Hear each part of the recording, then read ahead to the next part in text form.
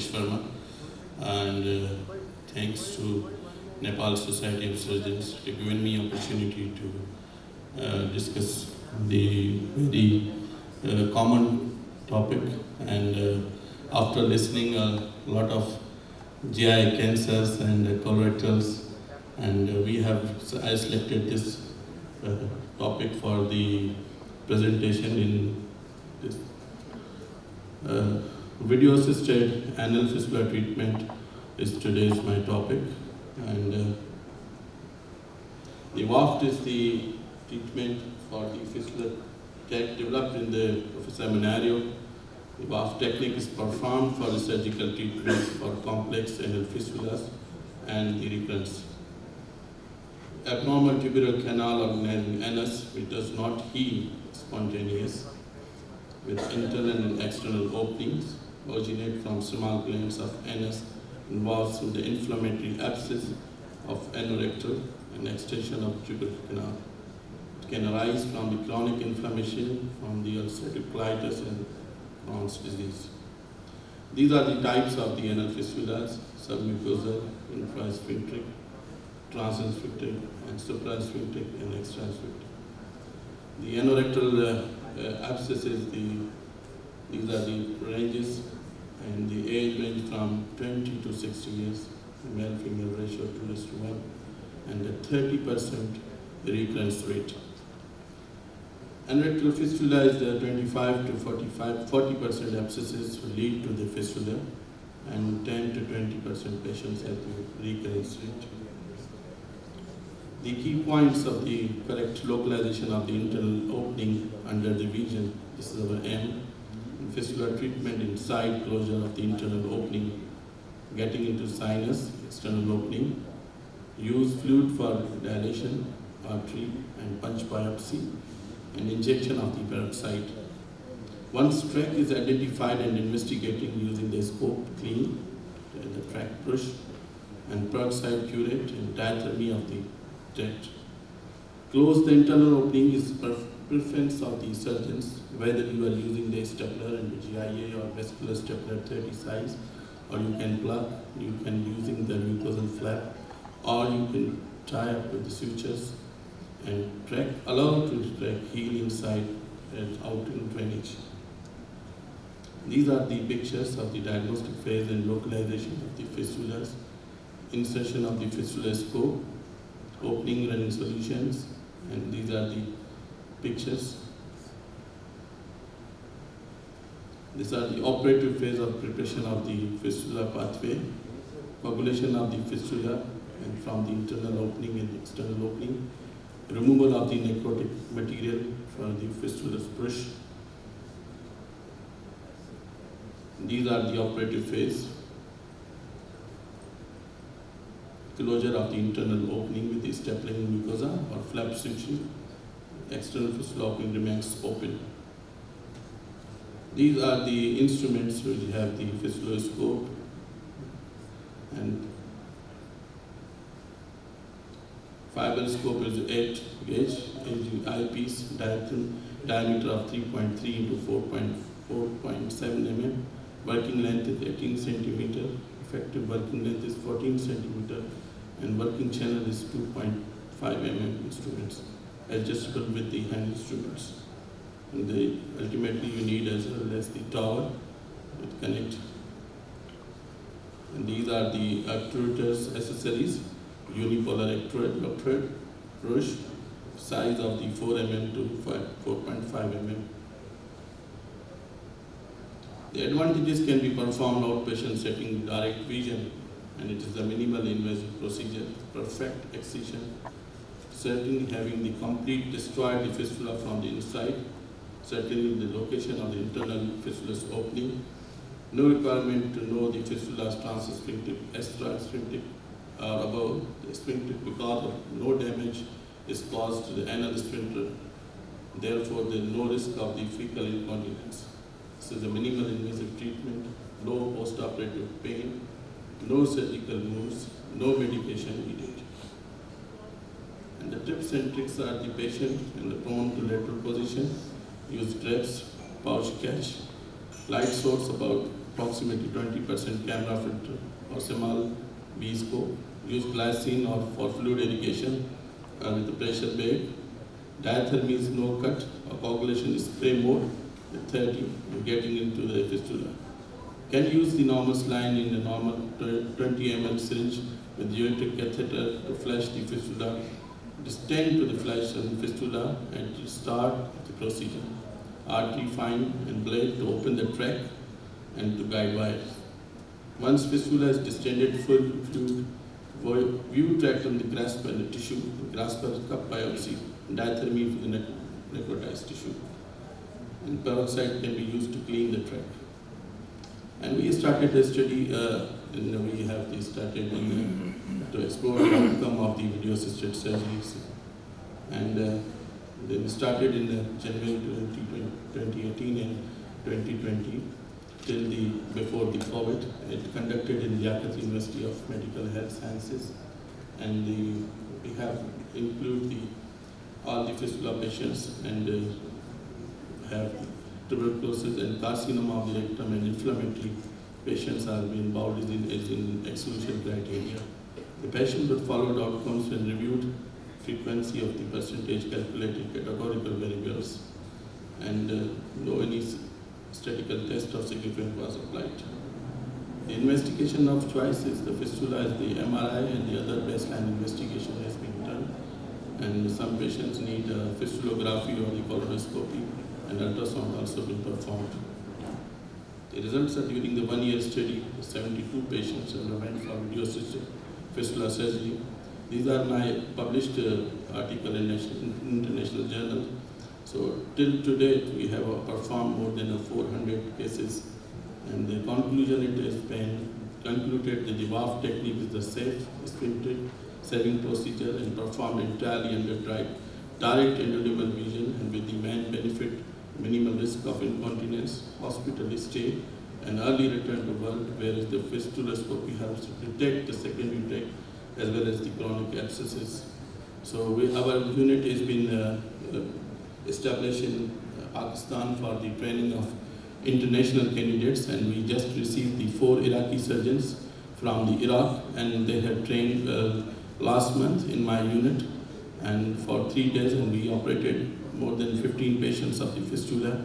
And the next batch is coming from the Iran, and which is Tehran, Imam Khomeini University Hospital. The 2 or 3 surgeons are coming, and I welcome you all as well as to the Nepali surgeons who want to train for this simple procedure. So if they will come, I am more than welcome my unit and my hospital, and we are welcoming you. Thank you very much and giving me a precious time. Thank you. Maybe 1 or 2 questions can be entered. Yes. So what's your recurrence rate? Sir, initially the recurrence rate was 3 to 4%, but when we have selected in the patient, those who have the non-compliance patient with the diabetes mellitus, they have the patient, but in young patients, especially those who have really caring patients, they have no any recurrence rate. I found in nowadays after with the learning curve has been finished, and there is no any recurrence rate in this. But still there is a chance, and we have the missing some patients, maybe possibility, but 3 to 4% there is a chance of the recurrence because of the patient with comorbid factors. With the international publication, VATS does have a slightly high recurrence rate, and you may have to go in the 2nd or 3rd time. There are quite a few Nepali surgeons practicing VATS, but it's the popularity of VATS is slowly wearing off because of the international evidence that's coming across now. So I would say that yes, it's a fantastic technique for simple fistulas, but then any technique is fantastic for a simple fistula. So that amount of armamentarium, I'm not too sure whether I would be pushing for VATS. There is still a debate topic, and we are not only doing the VATS. You know, the radio frequency ablations is the cost of the 80,000 rupees Pakistani for single patient. For this is not affordability in Pakistan. And the laser, similarly, laser has the same price, 85,000 rupees for single patient. So again, this is the cost effective. That's why we are doing this talk. Hello, I'm Dr. Anuj. I'm a colorectal surgeon. So I've been doing this VAPS pretty frequently here. Just my question is, if you identify a secondary tract, so what do you do next? If you have the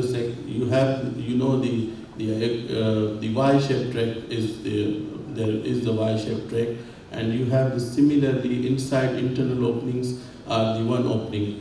And if you found the second tract, you have to be you have a stapler and you have a choice for the flap, or you have an internal opening closing with the suture as well as, and the other tract you can burn out as well as and leave this, and it will be healed within 6 weeks of time. So what I've been doing is I try to, when I identify a secondary tract, I try to just send a guide wire through the scope and then identify the internal opening. Yeah, I have videos I can show you, and what we do it, and I will show you, and what you can meet me and I will try to convince you. So now what I have been doing is, since there are recurrence, there have been debate about the closure of the internal opening. So what I've been doing right now is I have modified the VAP to bring a lift procedure. That's a modified lift. First do a lift and then ablate the remaining tract with either cautery or using a laser. So But you have to identify the under vision tract. Yes. So that's why I do a VAP first. Yes, you can do the stapler internal opening, close it, or whether you lift, or you can, I have mentioned this, and you can use initially the plug as well as you can use it for internal opening.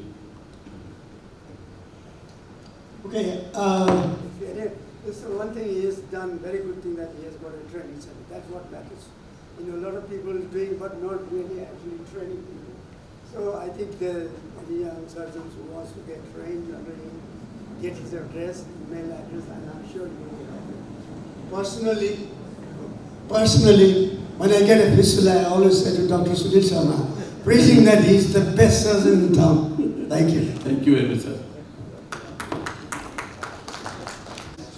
So the topic that I have chosen is on cytoreductive surgery and HIPEC in the management of peritoneal surface malignancies, and to detail some of our initial experience in Sri Lanka in this procedure. So I have no disclosures or conflicts of interest. So if we take peritoneal surface malignancies, some of them are primary cancers like peritoneal mesotheliomas and primary peritoneal cancers, but the majority of peritoneal surface malignancies are secondary metastases from colorectal, gastric, appendiceal and ovarian malignancies. So these tumors have a high incidence of peritoneal metastasis at the time of diagnosis, and historically they have been associated with very poor prognosis. For example, colorectal cancer, the median survival rates are around 17%, with peritoneal metastasis, gastric cancer around 17 months and 8 months. And these are worse than the prognosis with isolated liver or lung metastasis. So the challenge is then how to manage these tumors, which are often condemning patients to a death sentence virtually. This technique of hyperthermic intraperitoneal chemotherapy is a treatment strategy that we can use in certain selected peritoneal surface malignancies. It's not for all patients and it will not provide benefit in everybody, but it has been shown to have some benefit in selected patients. And it combines cytoreductive surgery with the intraoperative delivery of chemotherapeutic agents to the peritoneal cavity, and that is what we call HIPEC, so CRS and HIPEC. It was first described by in the 1980s and was popularized by Paul Sugarbaker of Washington, and it has resulted in improved rates of survival of peritoneal metastasis. So for example, this data suggests that in cancers such as pseudomyxoma peritoni and and appendiceal adenocarcinomas, we have very good 5-year survival rates, variable survival rates in other types of cancers, including ovarian and colorectal, and gastric carcinoma is a very aggressive disease. So in spite of HIPEC, the outcomes are relatively poor still. Now, what is the rationale for this procedure, the use of intraperitoneal chemotherapy? So we know that with advancement of surgical techniques, it is now possible to almost completely macroscopically remove peritoneal metastasis in a number of patients. But there is a theoretical risk that micrometastasis will give rise to recurrence of these tumors in time. Use of standard intravenous chemotherapy has very little efficacy because the peritoneal cavity, the peritoneal surface is resistant to intraperitoneal penetration. However, if we can instill the peritoneal chemotherapy or the chemotherapy intraperitoneally, theoretically we can overcome this disadvantage. And the use of heat has been shown by Sugarbaker and others to have augmented the cytotoxic effects of chemotherapy, and by this we are able to consider the potential that these metastatic diseases can be treated. Now, cytoreduction and HIPEC combines cytoreductive surgery, and the aim of cytoreductive surgery is to ensure that we completely macroscopically remove all peritoneal disease. And in order to do this, we may have to perform segmental peritoneal stripping or peritonectomies, resection of disease-affected viscera, and diathermy ablation of disease that is usually on surface deposits such as the liver, where we use high-energy diathermy, and also resect structures which are at a high risk of recurrence, target organ resection, for example, greater and lesser omentum, ligamentum teres, ovary and gallbladder. There may be potential for deposits to recur even when there is no macroscopic disease. There is a consideration of removal of these organs or structures. Now, Sugarbaker has described peritonectomy procedures for the last 2 decades, and they include the stripping of the peritoneum of the anterior abdominal wall, anterior parietal peritonectomy, stripping of the hemidiaphragms, left and right, subhepatic, subphrenic peritonectomies, pelvic peritonectomies, removal of the omentum, dissection of the Glisson's capsule, etc. So wherever there is peritoneal disease, we can use these procedures to resect that section of the peritoneum. Even in areas such as mesentery, for example, Deraco described the mesenteric peritonectomy, and now almost all peritoneal surfaces are technically feasible. It is technically feasible to remove the peritoneum. Following this peritonectomy procedure, we perform intraperitoneal chemotherapy, and these are delivered using modified or specially defined perfusion machines. So basically, there is a water bath which maintains the temperature of the chemotherapeutic agent at a specific temperature, and this is usually around 41 to 43 degrees centigrade, and these agents are circulated within the peritoneal cavity for about 30 to 90 minutes. And different agents are used in different types of cancers. Mitomycin C is commonly used in appendix and colorectal, oxaliplatin and other also in colorectal and appendiceal, and platinum-based chemotherapy in ovarian carcinomas. So these chemotherapeutic agents are, I told you, as I mentioned, delivered around 41 to 40 degrees, 3 degrees centigrade, and this can be delivered with the abdomen open, what we call the Coliseum technique, or the abdomen closed. So there is both techniques have been used. There is no evidence to support one or the other. There are advantages and disadvantages of each technique. In general, the efficacy of cytoreduction in HIPEC depends on several factors, and most of them are the most important ones include the peritoneal tumor burden, that is amount of peritoneal disease that is available, the biology of the primary tumor, and that includes, for example, whether it's gastric or colorectal tumors or appendiceal, which is a much more favorable histology, and also the completeness of the cytoreduction. Now, if we look at the peritoneal tumor burden, This can be assessed by the peritoneal cancer index, which was described by Sugar Baker. So he divided the peritoneal cavity into 13 regions, and each region was scored based on the amount of tumor that was in this region.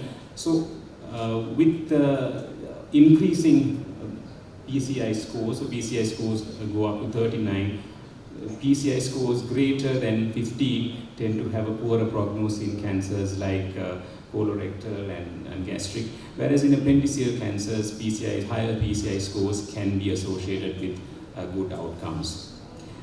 Then the completeness of cytoreduction is measured by the completeness of cytoreduction score that Sugar Baker has described, and generally CC0 clearance indicates there is no visible tumor remaining, and CC1 clearance when you have less than 2.5 millimeter size tumor nodules. The rationale being that these tumors can be penetrated by intraperitoneal chemotherapy. So in general, for appendiceal cancers, CC0 or CC1 clearance is considered as complete cytoreduction, although it is now becoming apparent that CC0 clearances are associated with significantly better outcomes than CC1. So what evidence do we have that this kind of treatment actually does work? So the evidence is variable depending on the type of tumor, because this is a heterogeneous group of diseases that we are faced with.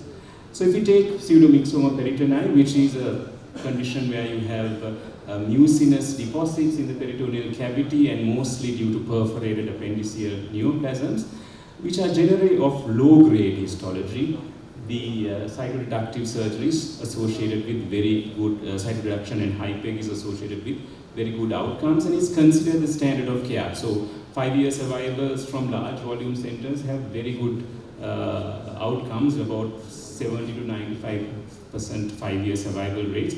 But there is no level 1 evidence because it's technically difficult to conduct RCTs comparing cytoreduction alone versus cytoreduction and HIPEC. So the question as to whether addition of HIPEC is beneficial is a matter of controversy, but it's difficult to prove this in PMP because it's a rare tumor. However, if you look at the analysis of the PSOGI database done by Kusamura and colleagues, about nearly 2,000 patients, they compared CRS, this is a retrospective analysis, not RCT. They found that there is generally better outcomes when you add HIPEC to cytoreduction as opposed to cytoreduction alone in PMP or appendiceal neoplasms with peritoneal disease.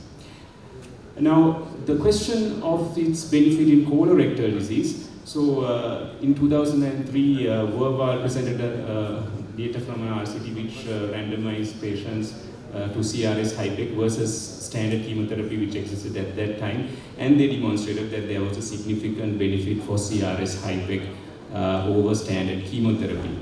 However, the question as to whether whether the cytoreduction itself that works or whether HIPEC as an added benefit was explored in the Prodigy 7 trial of a multi-centered French trial, and here they randomized 265 patients to cytoreduction and HIPEC versus cytoreduction alone, and these investigators concluded that there was no benefit overall in adding HIPEC, but the overall median survival was very impressive, 41 months in both cases. So this has been a bit of a controversy, but nevertheless both the Peritoneal Surface Oncology Group International and the Chicago Consensus Guidelines of 2018 continue to recommend consideration of HIPEC after cytoreduction, mainly because there are several criticisms about the Prodigy 7 trial as well,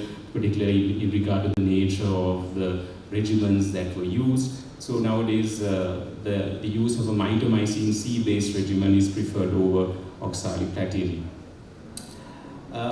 In ovarian cancer, cytoreduction has been a mainstay of management of peritoneal disease for decades. Now, the addition of HIPEC has been shown to have significantly promising results. So in the early days of this decade, Vandriel conducted the HIPEC trial, which shows improved survival rates with the addition of HIPEC to cytoreductive surgery, 33 months to 45 months median survival. And this data has been followed up for the last 15 years and reported recently continue to show the same benefits. However, mixed results have been seen in other RCTs. A recent meta-analysis showed that there was some benefit in HIPEC in ovarian cancer. So currently the PSOC recommends that HIPEC be used for management with interval cytoreduction, but not as primary cytoreduction, with primary cytoreduction or cytoreduction in a recurrent setting. And the single agent cisplatin-based chemotherapy is what has been recommended. So let me just briefly touch on our initial experience with this procedure in Sri Lanka. Sri Lanka has been performing HIPEC for about 5 years now in 2 centers mainly, in the teaching hospital Kurunegala, which has been performing it for about 5 years, and the center that I work with, that is University Hospital KDU, where we have performed, restarted recently. So Kurunegala has performed about 53 cases in the last 5 years, and they recently published their results. Our own data is still not mature for evaluation, but we have performed about 10 cases, and we assess all patients referred to us at the peritoneal tumor MDT before deciding on the appropriate therapeutic modalities. So looking at the results from, this is just raw data, we haven't really analyzed in detail. We see that there is relatively low mortality in this procedure, but fairly significant grade 3 to 4 complications. We have in our center, we have been very selective in the use of HIPEC. If we can't achieve a CC0 or CC1 clearance, we don't proceed with HIPEC. The complications we observe include acute kidney injury, anastomotic leak, cardiotoxicity, and intestinal obstruction. And some of this is with the use of platinum-based cisplatin regimes. So most of the cases that we have received are ovarian cancers, and that is the commonest indication for both centers, that is recurrent ovarian cancer previously treated with platinum-based chemotherapy. So we are slightly different from the standard guidelines. And majority of referrals that we have received were with extensive disease, and therefore we could not proceed with cytoreduction. But procedures that we performed, the morbidity and mortality were within acceptable limits. And the data from my colleagues in Kurunegala suggests that with ovarian cancer and low PCIs, their outcomes have been better. So we need still, it's a high reduction in Sri Lanka is in a process of evolution, so we still do not get early referrals from most of these patients, and when we do, it's at an advanced stage. So we need to have better coordination with our colleagues in order to get these patients referred early for potential curative surgery. And we expect that our outcomes will improve with time, with further experience. So that is all that I have to present here today. Thank you very much for your listening. There is sometimes adhesion formation, so post-surgical adhesions resulting in intestinal obstruction.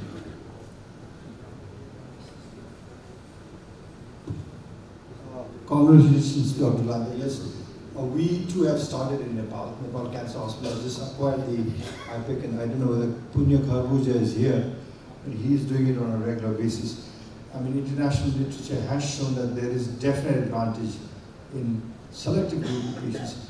But do you routinely look into their molecular studies? So that's very important to see the efficacy of HIPEC. So if you are, especially the colorectal ones. Yes, that's right, sir. But unfortunately, it's very difficult to get sort of molecular analysis of the tumors. It's too costly for us at the moment. Okay. So this service is provided by the public sector, and so it's very difficult for us to analyze the molecular genetics. But certainly there are definitely benefits in analyzing the DNA aspects of it. As the literature has shown that there is definitely benefit. But I do agree that this is one armamentarium that as surgeons now we need to have, for cases that we think don't have any hope, it's given a new hope, and definitely for ovarian, it's a must. It's got a very good role for colorectal. I'm not too sure about the mucinous because of the appendix, because the prognosis, these cases have a poor biology to start off with. So the prognosis there is very guarded, but definitely for ovarian and colorectal, I would say yes. Thank you. Thank you very much. My inquisitiveness what about the chemical integrity of the chemotherapy? Beyond 43 degrees, it is found that the outcomes are poor. So you need to maintain the temperature very closely between that range of 41 to 43 to have any benefit. The evidence is that when you heat the chemotherapy, the effects of the cell killing activity is better. Thank you. Very interesting. Namaste. Just information. Laser therapy can be used in the hardening and scarring of internal hemorrhoids. In this procedure, the hemorrhoid is completely vaporized with the use of carbon dioxide or a laser beam.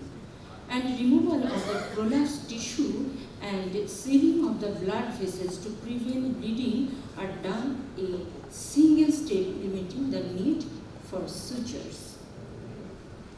And stapler hemorrhagopexy, a relatively novel technique, of course, introduced over the last decade, where in circumferential hemorrhagopexy is done using hemorrhoidal staplers. This procedure is completely less painful than conventional technique. Recently, still 1 week ago, I have completed already more than 3,000 stapler hemorrhagopexy. Now, when stapler hemorrhagopexy and laser hemorrhagoplasty, patient selection is very important, both stapler hemorrhagopexy and laser hemorrhagoplasty.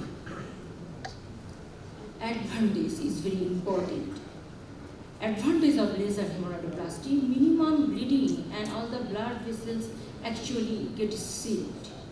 And faster and effective, no cuts, no open wounds, very safe process and less painful, and of course day surgery, only 6 to 8 hours stay patients, and of course better outcome. Even comorbid condition, diabetic, uncontrolled diabetes, ischemic heart disease, any autoimmune heart disease, and in any other comorbid conditions, serum creatinine increases, CKD patients, and even more than 85 years patients is possible laser hemorrhagoplasty, because there is no need blood transfusions. Even anemic patients also possible, because there is only one single drop is not occur here. And disadvantage, of course, laser may cut unwanted tissue, but man behind the machine, of course surgeon behind the machines, and need trained surgeons, of course, to do laser surgery and external skin tag thrombosis, and it may cause fibrosis. The procedures, many of lasers including gas laser, fiber, dye laser, solid laser, and laser hemorrhagoplasty need direct laser, and I use laser training meshes, and wavelength, this is actually mathematical way, and laser beam and watt and joule is very important, and during the laser surgery is this is too much active, so when it is a good driver, I think laser surgery is performed better. And wavelength of diode lasers for hemorrhagoplasty 980 nanometer pulse and fissures only for proctology, and 1470 nanometer use not only piles or hemorrhoids, other surgeries like varicose vein, lipolysis, spine surgery, and pilometal sinuses. And procedure is very important. This energy, of course, 8 watt, and continuous mood, not interrupted mood, and during surgery, and fiber type bare fiber 600 micron, alternatively LHP fiber 1.8 millimeter, and doses 200 to 350 joules per segment for 3, 4, 3, 7 and 11 o'clock positions when performing hemorrhoids, not more than 350 joules, otherwise tissue burned. And depending on the size of hemorrhoids, of course, this is second-degree hemorrhoids or third-degree hemorrhoids, and some of the cases, of course, fourth-degree hemorrhoids. Energy has to be delivered inside the venous plexus and is most accurate when hand-and ultrasound used during laser surgery. Proper identifications of the vessels and within the vessels uses of laser is perfectly done, and recently I am going like that. And effects absorptions of the energy by the tissue, and there is risk or protein coagulations. Steps, 3 steps of laser hemorrhoidoplasty. Step A, 60 joule intraluminal without touching, and submucosal plane. Step B, only 70 joule, not more than 70 joule in step B. And step C, 80 joule plus intrahemorrhoidal plexus, and during use handed ultrasound to identification of the proper venous plexus, and meshing at 8-watt setting. Just this is the picture during my surgery. Step A, 60 joules interluminal without touching. This is touch non-touch technique, and first picture showing during surgery, and then simultaneously this picture showing the recorded and documented view in machine, laser machine, 66 joules and 8-watt. And step B, 70 joule submucous plane. Identification of the submucous plane, and actually is not touched to the muscle and not perforated to the mucosa. Otherwise, it's fistula formations. And this is like not more than 80 joules. Here is 12 second and 8-watt. And lastly, step C, 80 joule plus intrahemorrhoidal. First picture, just intrahemorrhoidal, this picture is here, and identification with the handheld ultrasound, but this picture is not available here, and this is not perforated to the mucosa, just intrahemorrhoidal venous plexus. And laser techniques or laser machine shows 1470 nanometer, 83.2 joules and under 8 watt. This is actually absolutely more mathematical. And now start my video of laser hemorrhoidoplasty.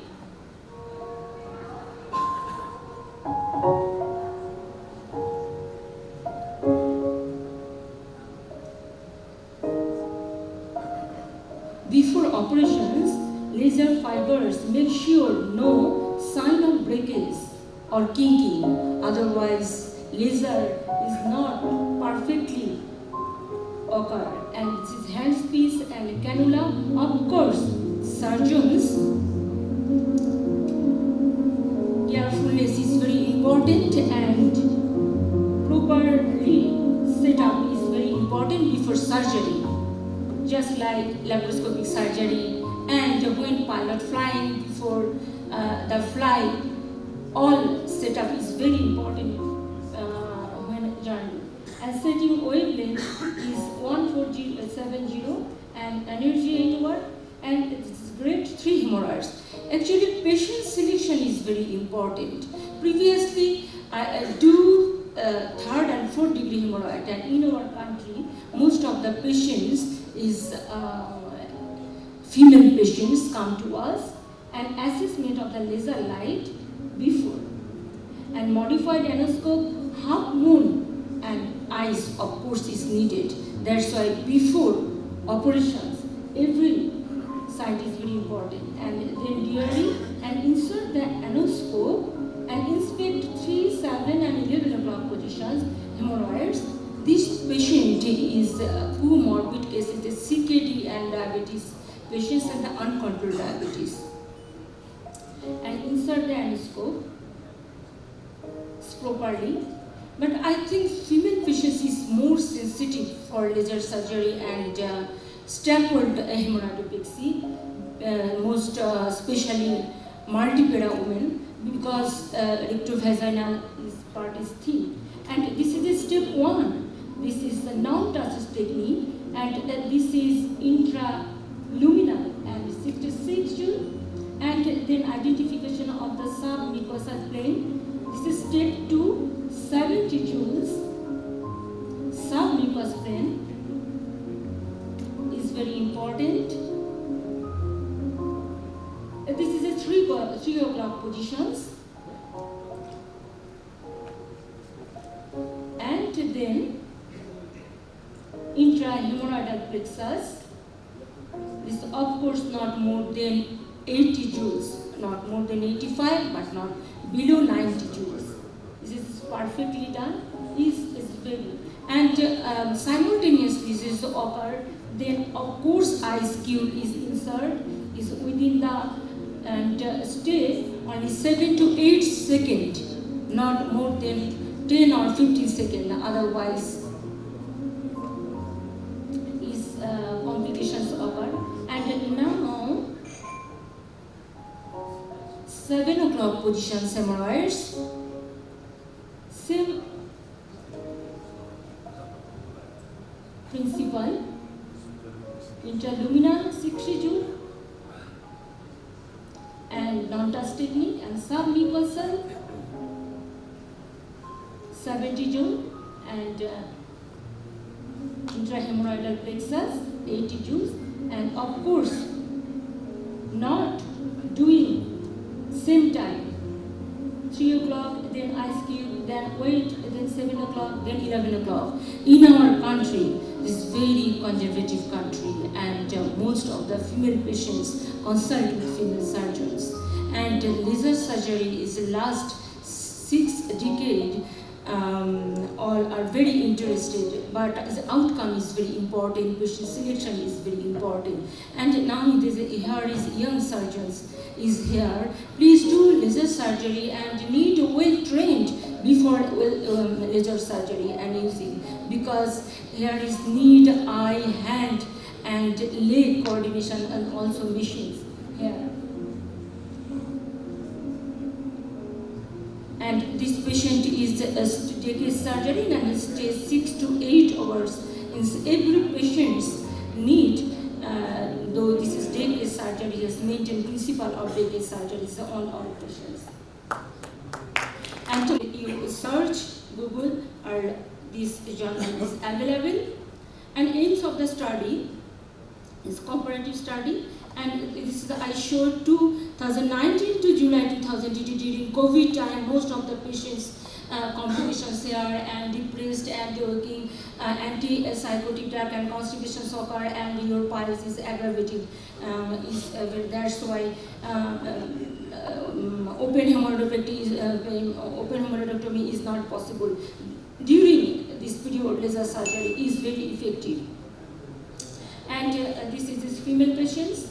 And 3rd degree and 4th degree, initially I am occurring 31 patients, 3rd degree and 4 patients, 4th degree 11 patients, but still now 2nd and 3rd degree patients I am doing most of the time. And the complications, LH and SH, bleeding 22 patients, and 34 patient SH, and constipation 7 patients, 15 patient SH, and comorbidity, 0 comorbidity patients and 0 and prolapse, 1 patient in LS and 4 patient and FLS. And surgical operative time is more. Previously my operation time is 28 minutes, now my operation time is very short time, within 10 minutes I completed my laser surgery. And blood loss is too much. Most of the cases, 90 cases is 0 blood loss, but is scared about reaction to hemorrhage and fistula because of multiplara. Women is very important for laser and staple hemorrhoidopexy. And pain is less painful within 12 hours, 3 patients within 42 patients, and 24 hours after 2 patients, 2.6 patients, and 1 week, 0.46 patients, and after 3 months, 0.4 patients, and is actually. But limitation of the study, lack of comparative group, of course, and most costly but long running curve. But in our country, is different patient condition. That's why more cost is not important for me. I do the surgery, and the skill is very important. Conclusion: Patients with hemorrhoids treated with laser hemorrhoidoplasty had a better outcome than stapler hemorrhoidopexy in terms of early postoperative pain as well as complications, and was associated with a shorter hospital stay and early return to work and laser hemorrhoidoplasty, with most effective and alternative to the popular stapler hemorrhoidopexy for grade 3 and grade 4. And still now, my laser surgeries process more than 1,000 and per week doing laser operations to more than 15 patients, because it depends not cost. It's poor patients come to us, and all patients probably is 25 to 30 years and minimum 3 to 4 hours problem. And this is my village, and these plants, my father has planted these plum trees in my village 3 kilometers, and this is more than 3,000 plants planted. Now this scenario, please most welcome to Bangladesh and my village. Thank you so much. Now live Thank you, Dr. Musa. Thank you. It was a wonderful talk. And with this, I think we can say. I have a question. Anyone who would wish to talk to in lunchtime, because we really, are running out of time. So you can discuss in the lunchtime. Sorry. Thank you. So that concludes our session here, and with our two other colleagues. Christopher Bikesel and Rakesh Verma on the stage. And I request all the speakers to stay on the stage as your name is announced. And I request the volunteers to make the arrangements.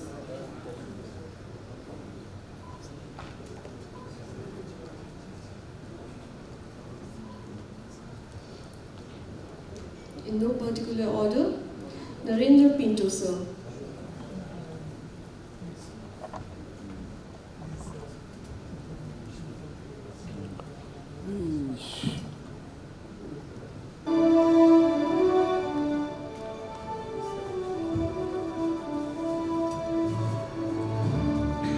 Adip Joshi, sir.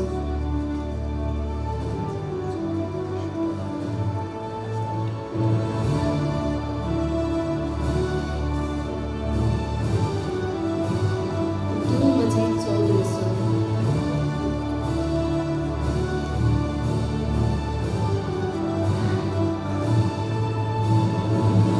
Pradeep Gimire, sir.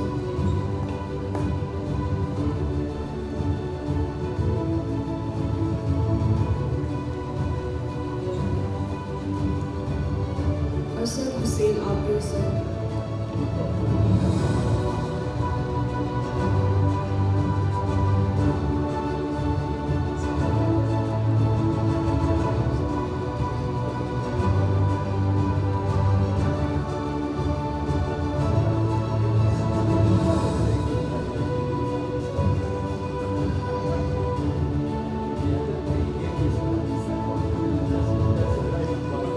Arshad Hussain Abdul, sir.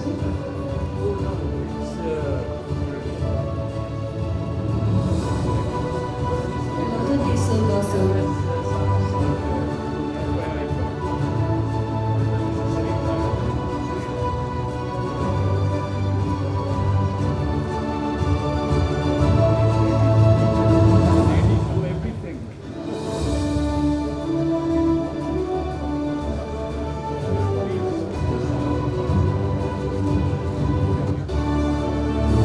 And lastly, Mr. Nadi Mazumdar.